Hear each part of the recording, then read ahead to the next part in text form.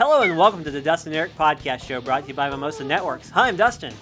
And I'm Eric. And I'm Jeff. Today we're on episode number 31. What does this feature do? So basically this show is going to cover features in the A5C that we've never really covered or talked about. This was a request from one of our viewers, so we'll go ahead and do that just for you and everybody else out there who might want to know about it. So the first thing here is rogue DHCP server protection. So the question is what does this do? Well, it's exactly what it says. You flip the switch on, and then it prevents rogue DHCP servers from backfeeding into your network.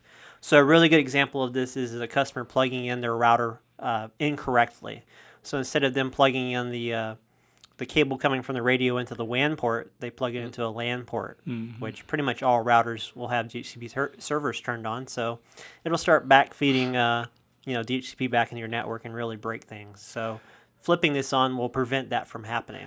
Yeah, this is a really good feature. Not that I've ever done this before, but I have a friend that did and plugged a DHCP device into the corporate network and started passing DHCP requests all through the entire building. So, yeah, this is something that should be turned on by default. It's not going to hurt if you have it on.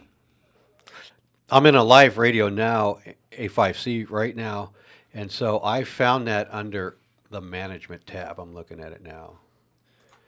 Excellent. Yeah. So if we turn this on, do we get any kind of log notifications stating that there's a rogue DHCP server, or does it just block it and you don't ever know about it? It just blocks it. I believe it might show up in the event log, but I'd have to check on that. Okay. All right. So the next thing here is DHCP Option 82. So DHCP Option 82 is basically just an authentication method for clients behind the A5. So basically, if a client, either a router or any other device behind the A5 isn't set up, then it will not authenticate and will not connect to the internet. Okay. So Eric, you've got the blurb over there. You want to go ahead and read it out? Right. Option Eric? 80. Yeah. Thanks, Jeff.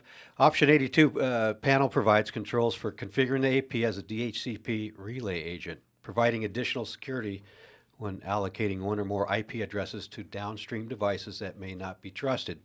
So yeah, if you're worried about somebody connecting a rogue C5, C5C, C5X to your AP, this is an extra additional layer of security to keep those guys from getting on the internet or accessing anything on your network. Yeah, I think it's a really good feature. Okay. The next thing here is application prioritization. So go for it. Yeah, so we created this application prioritization for a few customers that had requested a while back. Unfortunately, as good as this may be, it's really limited. So we don't really offer it up too much to many of our customers because you can see here that it only gives you like 5 or 6 prioritization traffic, YouTube, VPN, ICMP, and BitTorrent. So you can adjust this. I would actually recommend to do your traffic rate limiting from the rate limiting feature within the radio itself, rather than using this portion of the feature set. What's your guys' thoughts on this? I think that's exactly right. This is a very limited feature. I know that I've played around with it. There's other people who've played around with it, and we've just decided to ignore it and move forward with traffic shaping plans or ACLs, or Right. Coming soon we have some really advanced QoS features coming. So definitely will completely eclipse this and should hopefully disappear soon. Yep. So you can't do it it's client wide, so the whole field off everyone connected to this particular A5. So like YouTube.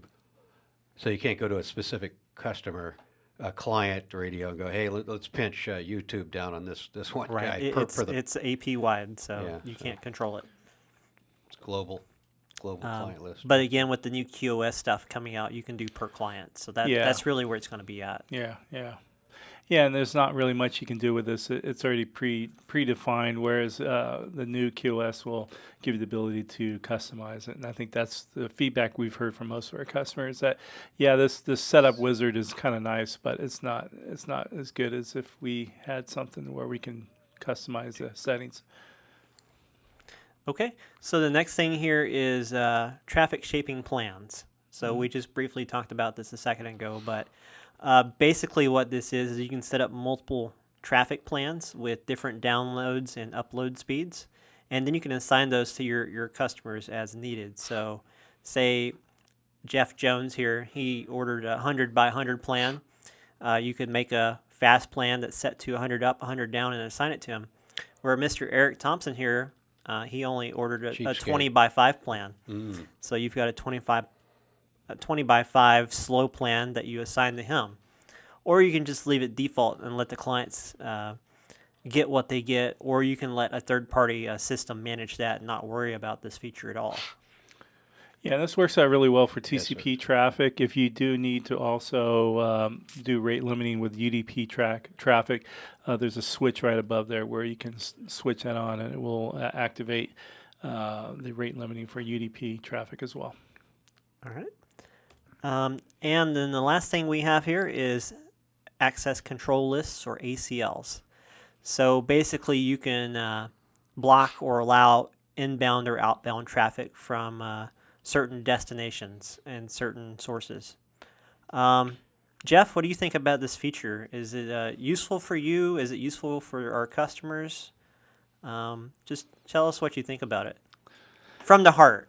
Well, in all honesty, I rather do my ACLs from the router side rather than the actual AP one, because the AP, although you can do the ACLs from the AP, that means that you'll literally need to touch every single AP in your network, whereas if you do it north of the AP on the router, then you can actually set those rules more in a global way. So although this is a nice feature for maybe a very small WISP that wants to limit certain types of access, I prefer doing it at the router itself. It's another one of those features that was added for a few customers that most customers don't use at all. Right. It's another one of those that just kind of sits there and looks pretty. Eric, is there any other features that you want us to highlight while we're here in the A5C? No, I think I'm good. I'm just kind of floating through the tabs. I think I picked up everything. So, like I said, this show was brought to you by a customer who asked for it. So if you guys have anything you want us to talk about, we're more than willing to bring it up and do a show on it. So other than that, I guess that's it for this show, guys. Thanks for tuning in, and we'll see you on the next one. Thanks for tuning in. Please hit the subscribe or follow button to stay up to date with our latest podcast, which will be available on YouTube, iTunes, Google Play, and SoundCloud.